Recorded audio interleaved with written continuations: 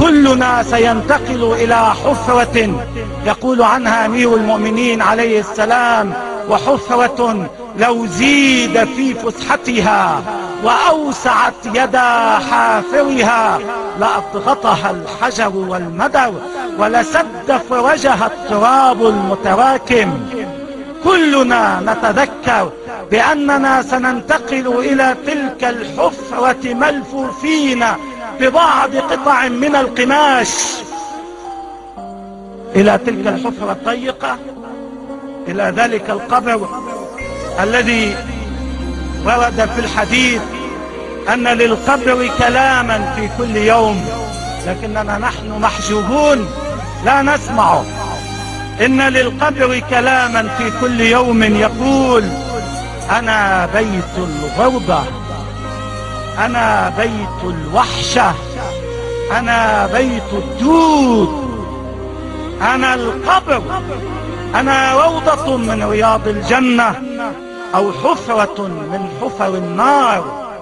أن نتذكر أننا سننتقل إلى هناك حيث سيغادرنا الناس وستغيب أخبارنا وتنقطع آثارنا ويهال علينا التراب ونترك لوحدتنا وغربتنا ووحشتنا ولا يذكرنا أحد. هذا يعني أن نتذكر أن نذكر الموت، وأن نتذكر أيضا ما بعد الموت، أن نتذكر ما سيواجهنا في قبرنا وما سيكون عليه حالنا عندما ننتقل إلى هذه الحفرة، وما ينتظرنا إلى قيام الساعة. أن نتذكر أننا سننشر من هذه القبور ونضع نصب أعيننا هول المطلع وما يجري علينا في أرض المحشر، وطول الوقوف بين يدي الله عز وجل في يوم الجوع الأكبر ويوم الفزع الأكبر يوم القيامة، وصعوبة الحساب ودقة الميزان ونشر الكتب، كتب الأعمال، والمشي على الصراط، وما ينتظر الناس من ثواب في الجنة وعقاب في النار.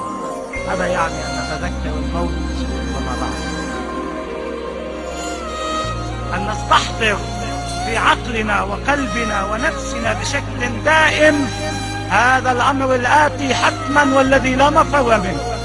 إلى أين المفر أيها الإخوة والأخوات؟ واحد يجاوب. إلى أين المفر من الموت؟ إلى أين المفر من تلك الحفرة؟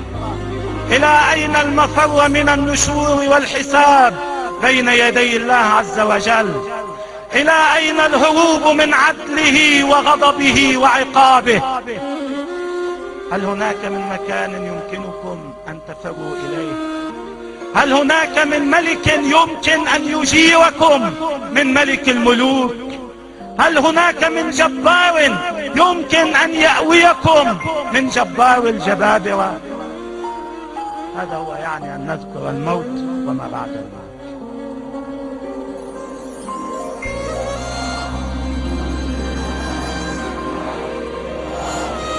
قال رسول الله صلى الله عليه وآله وسلم: أفضل الزهد في الدنيا ذكر الموت، وأفضل العبادة ذكر الموت، وأفضل التفكر ذكر الموت. عندما يجلس الإنسان ليتفكر في خلقه، في السماوات والأرض، في الأنفس، أفضل التفكر أن يتذكر قبره وما بعده.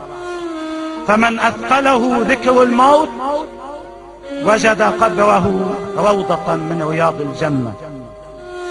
وفي الحديث: اذكر مصرعك بين يدي أهلك، ولا طبيب يمنعك ولا حبيب ينفعك. لما بيجي الساعة مين بيقدر يرد الموت؟ الأطباء ولا الأهل ولا الأحبة ولا العشيرة ولا الحزب ولا الجيش ولا التنظيم ولا الأمة ولا الخلائق كلها؟ اذكروا هادم اللذات ومنغص الشهوات وداعي الشتات. اذكروا مفرق الجماعات ومباعد الأمنيات، يعني الذي يباعد بينكم وبين أمنياتكم، ومدني المنيات يدني منكم الموت، والمؤذن أو المؤذن بالبين والشتات. في الحديث: من ذكر الموت رضي من الدنيا باليسير، من فزع نفسه بالموت هانت عليه الدنيا. ذكر الموت يميت الشهوات في النفس.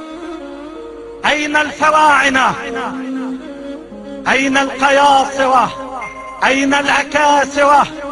وينن؟ الجواب: ها هم رهائن القبور.